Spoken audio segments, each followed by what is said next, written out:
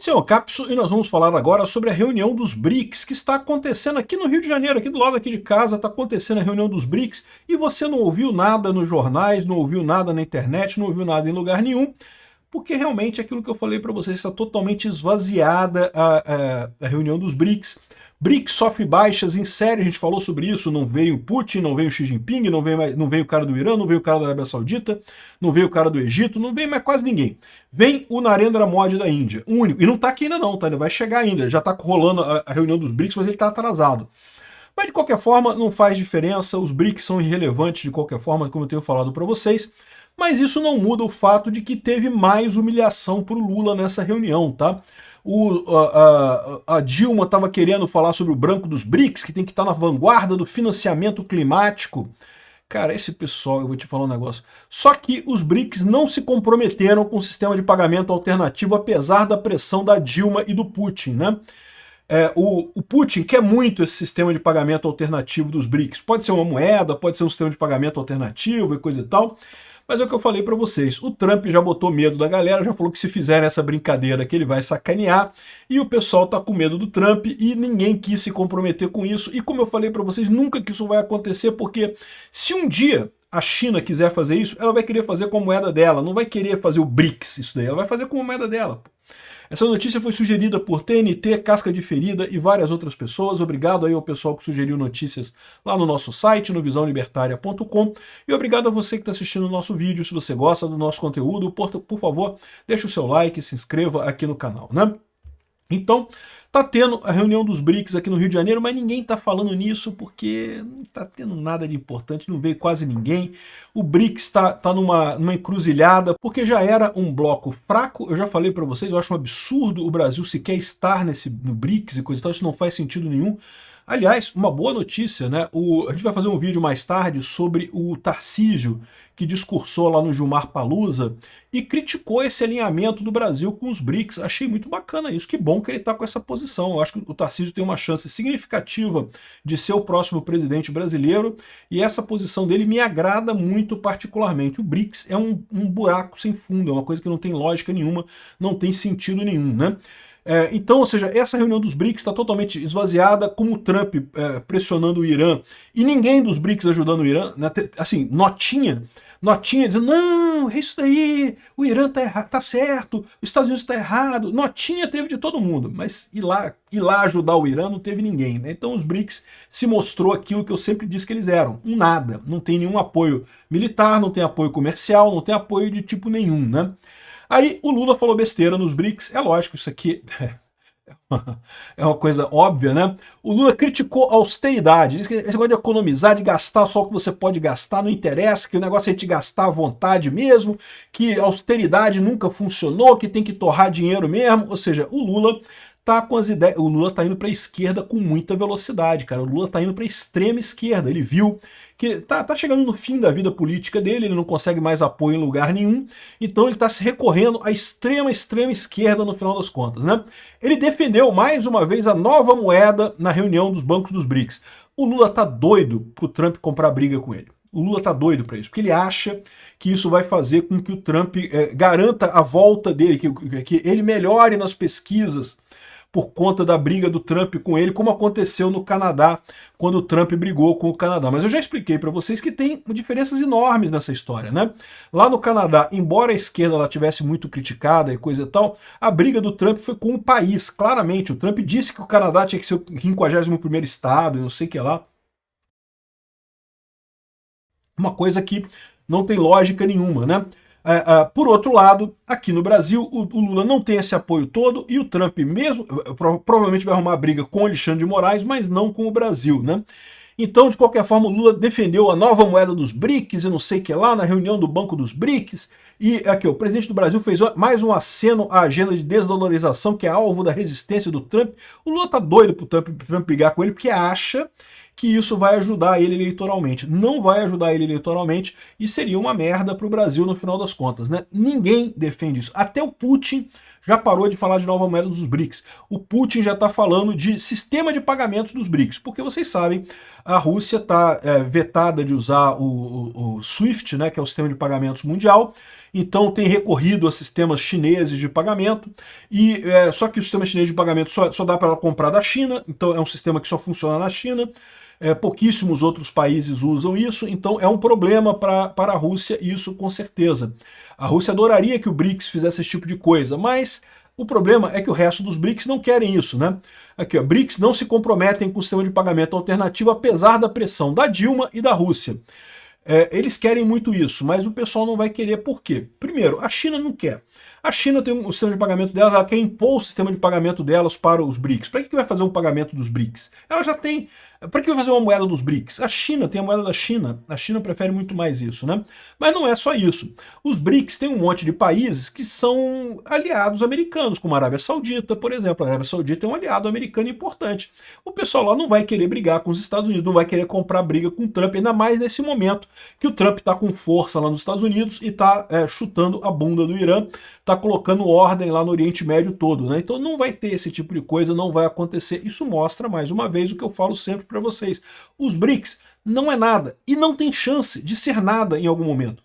Os BRICS não é um acordo comercial, ninguém tem vantagem nenhuma para fazer parte dos BRICS. O BRICS não é um acordo militar, ninguém defende ninguém nos BRICS. Então fica esse negócio, assim, mas poderia no futuro ser. Pode ser que no futuro a gente vai fazendo reunião aqui, um dia vire alguma coisa. E não vai, sabe por quê? Porque tem um monte de inimigo nos BRICS. A China e a Índia são brigadas, o Irã e a Arábia Saudita são brigadas. Nunca vai ter nada aqui nos BRICS, nunca vai a lugar nenhum. A gente está perdendo tempo com esse cambada de ditadura fracassada, só tem ditadura nesse negócio, e pega até mal o Brasil estar no meio desse conjunto, né? Aqui, ó. A Venezuela queria vir ao BRICS, né? Se tem um monte de países que não querem vir aos BRICS porque, né, estão se queimando vindo aos BRICS aqui nesse momento, ninguém quer parecer muito anti-americano nesse momento, a não ser o Lula. O Lula quer brigar muito com o Trump, né? Mas a Venezuela quer. A Venezuela quis vir ao BRICS, driblar o calote de 1,7 bilhões com o Brasil e não sei o que lá, mas não topou, não conseguiu vir, né? Os representantes do Maduro pediram um convite de reunião de emergentes e pararam de responder ao governo Lula depois de sugerirem a retomada de investimentos brasileiros. Ou seja, eles querem receber mais investimentos na Venezuela sem pagar o que estão devendo para o Brasil, né?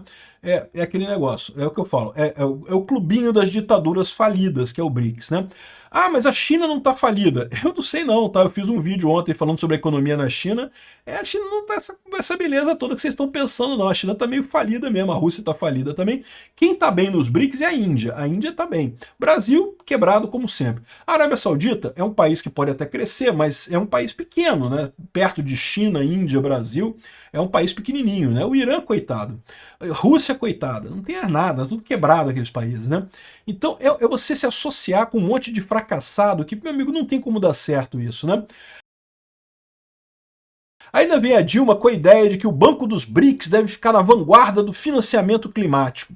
Financiamento climático é aquele negócio que já deu errado. A ESG, o pessoal apostou nesse negócio, não porque vai ter financiamento de iniciativas de produção de carbono e coisa e tal. E você já reparou que o pessoal tem falado pouco sobre isso ultimamente? Tem falado pouco porque já naufragou, já fez água, já viram que não funciona esse negócio de crédito de carbono no final das contas. É tanta roubalheira, é o mercado de papel, é o mercado de certificado. É tanta roubalheira que tem de gente emitindo certificado de carbono inválido no final das contas que não tem como funcionar. É aquilo que eu sempre falei aqui, isso é mercado de externalidade. Não existe mercado de externalidade porque externalidade não é escassa. Mercado é um lugar em que você faz alocação de recursos, né? Você compra, vende as coisas, mas isso é alocação de recursos. O sistema financeiro, o sistema do livre comércio, é como você decide onde alocar as coisas. Os preços são a forma como você diz que algo é mais demandado ou menos demandado. Se alguém está querendo mais alguma coisa, tem mais demanda por aquilo, a oferta está a mesma, o preço sobe. Isso é o sinal para que a oferta suba também. Então é a alocação de recursos, você está alocando recurso. Mas você só pode fazer alocação de recurso com recurso que é escasso. Recurso que não é escasso vai ser inventado, vai ser criado do zero, porque ele não é escasso. Você tem o quanto você quiser. Externalidade é o caso desse. Externalidade, você tem tanta externalidade quanto você queira. Então esse negócio de mercado de carbono é um mercado de externalidade, porque para pensar, né?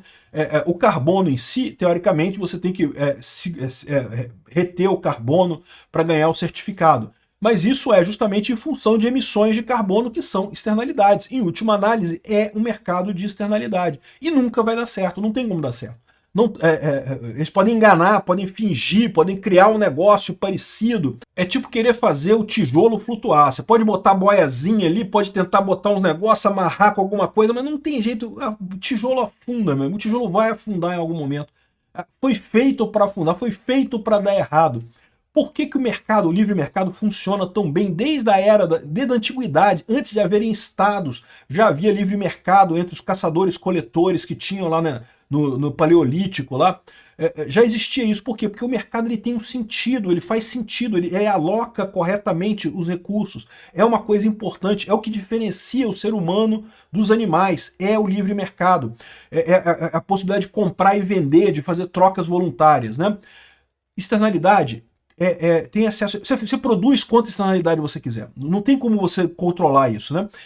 Lembra aquele caso que eu já usei de exemplo aqui para explicar porque que externalidade não funciona, que é o caso do Oswaldo Cruz, né? O Oswaldo Cruz aqui no Rio de Janeiro queria acabar com os roedores aqui no Rio de Janeiro e daí ofereceu, sei lá quantos R$ 1.000 por cada ratinho que o pessoal entregasse lá na fundação lá do Oswaldo Cruz, né?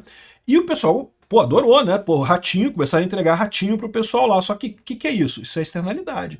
Né? Ratinho é externalidade, ninguém precisa de ratinho, né? O ratinho, ele tá lá. O que aconteceu? O pessoal começou a criar rato, começou a ter fazendinha de rato nas favelas do Rio de Janeiro, aqui nas casas do Rio de Janeiro, porque o pessoal, uai, se eu consigo entregar um ratinho e ganhar dinheiro com isso, criar rato é fácil pra caramba, eu começo a criar rato aqui em casa e vou entregando os filhotinhos pro Oswaldo Cruz ganhando dinheiro. Pô, uai, é lógico, né? É exatamente o que está acontecendo com o mercado de carbono, vai acontecer inevitavelmente. Já tem um monte de ladrão nessa história, um monte de gente enganando. Ah, mas seria tão bom, Peter, se tivesse uma maneira de ocupar o carbono. Seria ótimo, mas não há, não existe, não funciona. É tijolo, querer fazer o tijolo flutuar, não vai flutuar, ele vai afundar. Né?